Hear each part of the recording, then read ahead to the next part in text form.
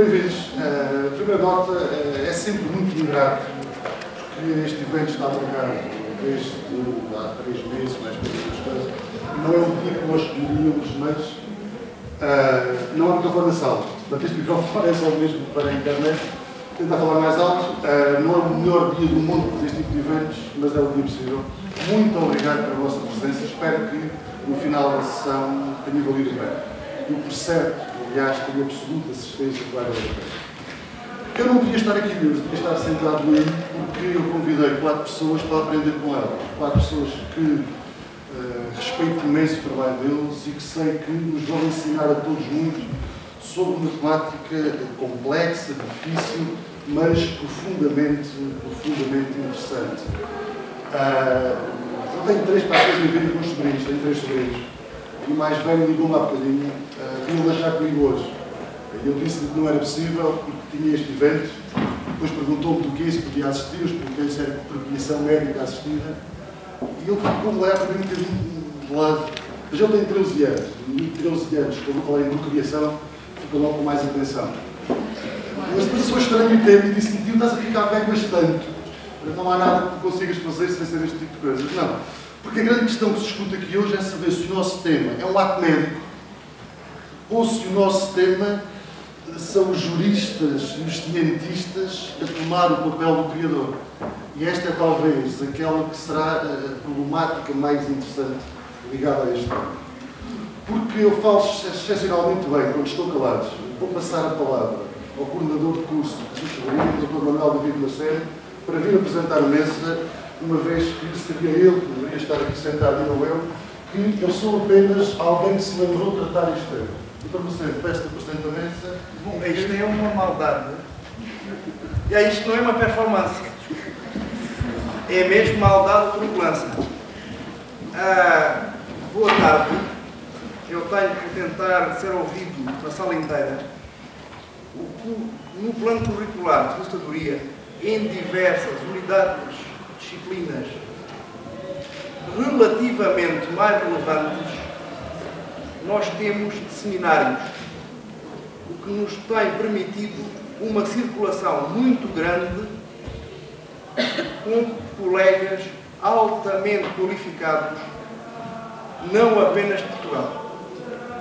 Temos tido, sobretudo abusando de amigos, numa época de grandes restrições financeiras, conseguido colegas que venham de Coimbra, ou venham de Porto Alegre, ou venham de Belém do Pará, como na passada semana, ou também de João Pessoa, Paraíba, há pouco mais de uma semana. Ora então, muito boa tarde a todos. Como disse o Dr. Macedo, meu nome é Ana Elizabeth Ferreira, sou doutoranda na Faculdade de Direito de Coimbra, em Filosofia do Direito. Tenho estado ligada ao Direito Médico nos últimos 2 ou 3 anos, sensivelmente. Quero começar por agradecer ao Dr. Macedo e ao Dr. Hugo o convite para estar aqui hoje, que muito me lisonjeia, naturalmente, e quero agradecer também a vossa presença e a vossa paciência por estarem aqui nesta tarde de um dia, como disse o Dr. Hugo, que não é, enfim, o dia talvez mais favorável a este tipo de eventos. A única razão pela qual sou eu a começar é porque, de facto, as minhas notas são introdutórias e pretendem fazer um apanhado geral da matéria. Porque é que existe procriação medicamente assistida? Para que é que serve a procriação medicamente assistida? E a quem se destina a procriação medicamente assistida? Naturalmente, dado o momento legislativo em que nos encontramos nestas matérias, não poderei deixar de fazer uma ligação entre a atual lei, a atual legislação 32 de 2006, com os projetos dos grupos parlamentares que estão, neste momento, que baixaram há pouco tempo à Comissão. Portanto, o que é, começando por aí, atualmente, a procriação medicamente assistida? Um conjunto de técnicas médicas que visam auxiliar os casais inférteis à procriação humana. Considera-se procriação medicamente assistida a inseminação artificial, a fertilização in vitro, a injeção intracitoplasmática de espermatozoides, a transferência de embriões, gametas ou zigotos, mas também o diagnóstico genético de pré-implantação, entre outras técnicas. Passando uma a uma muito rapidamente, a inseminação artificial, como podem ver pela imagem, consiste na colocação artificial de espermatozoides no útero. A fertilização in vitro consiste em retirar da mulher um óvulo que é fertilizado numa placa de Petri, que são aqueles vidrinhos redondos do laboratório, e recolocado no útero da mulher. A injeção intracitoplasmática é sensivelmente o mesmo em termos de processo, mas aqui coloca-se o espermatozoide no citoplasma do óvulo para assegurar a fertilização. Transferência de embriões, como o nome indica, o embrião é fertilizado in vitro e selecionado e preparado no exterior e depois colocado na mulher, como também podem ver na imagem.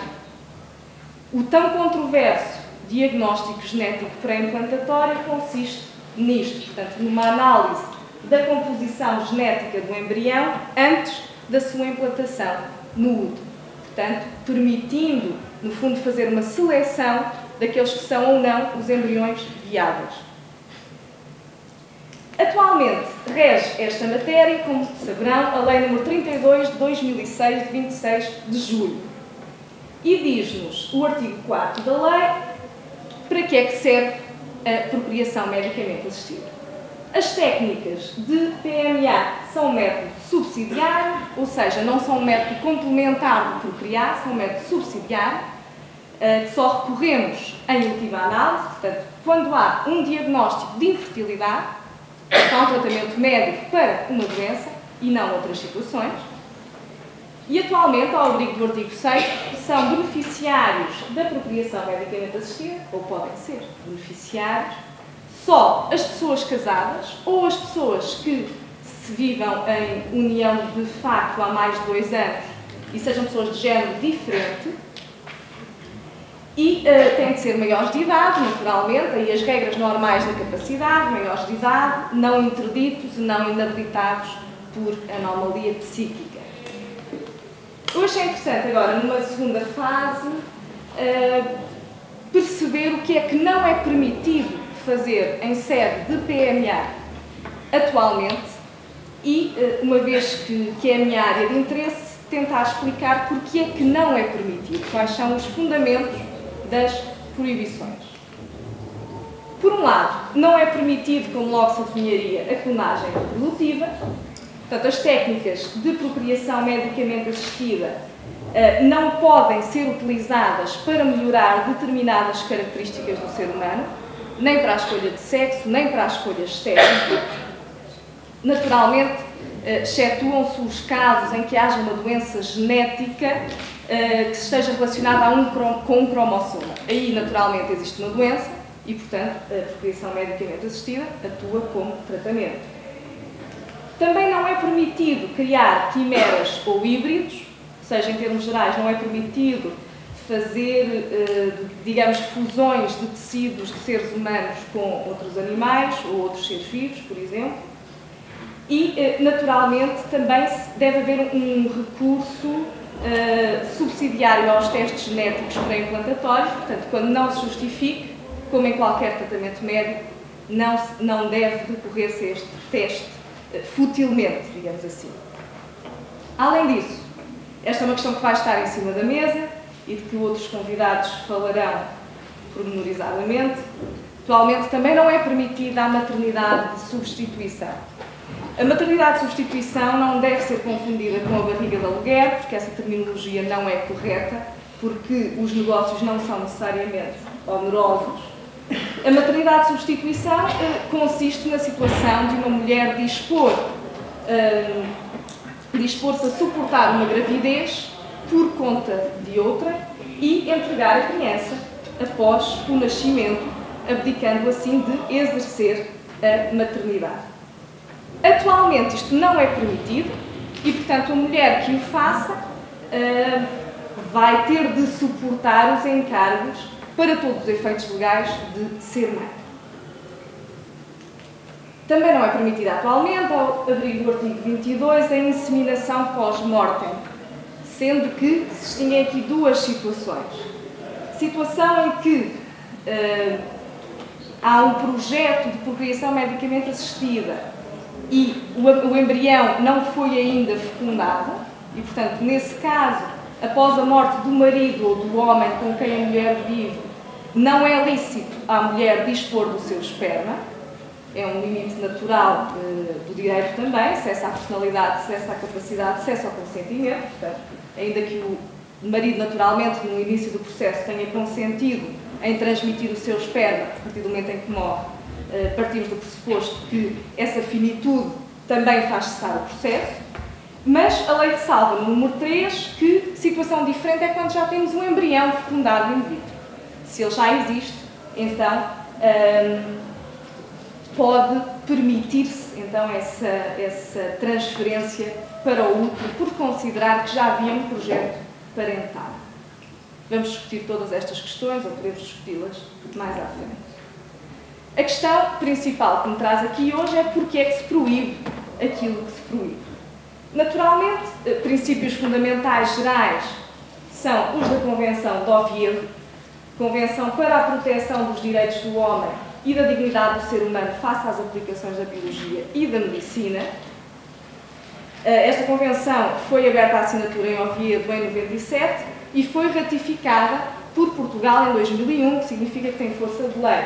Estes são os fundamentos principais, os princípios fundamentais gerais para que se proíba aquilo que se proíbe. Desde logo, o primado do ser humano, e naturalmente o bem-estar do ser humano deve prevalecer sobre os interesses da sociedade ou da ciência, mas depois, questões mais específicas da Convenção. O artigo 12 diz também que não deve proceder-se a testes preditivos futilmente, portanto, quando não haja, enfim, não se possa prever um efeito favorável do teste. O artigo 13 também proíbe intervenções que tenham como objetivo modificar o genoma humano. Proíbe a seleção do sexo, no artigo 14. Portanto, como veem, tudo isto foi transposto para a Lei 32 de 2006. E depois a própria legislação da procriação medicamente assistida justifica algumas das suas proibições. Desde logo, auto-intitula-se como método subsidiário de procriação, ou seja, algo que só recorremos quando a procriação pelo meio normal não é possível. E, portanto, só os casais inférteis ou portadores de doença genética grave podem, atualmente, recorrer à procriação medicamente assistida. Significa, naturalmente, que se trata de um procedimento médico, é isso que vamos discutir aqui à frente, mas atualmente é esta a opção da lei e ela fundamenta-o deste modo. Por outro lado, a nossa legislação diz-nos que pessoas solteiras, viúvas, separadas não podem recorrer à procriação medicamente assistida e justifica dizendo que fazer nascer uma pessoa deve pressupor um projeto parental claramente estabelecido. Portanto, a procriação deve ser uma decisão responsável, familiarmente integrada, não caprichosa e, acima de tudo, que seja determinada pelo superior interesse da criança e não pela mera vontade de ser pai ou de ser mãe.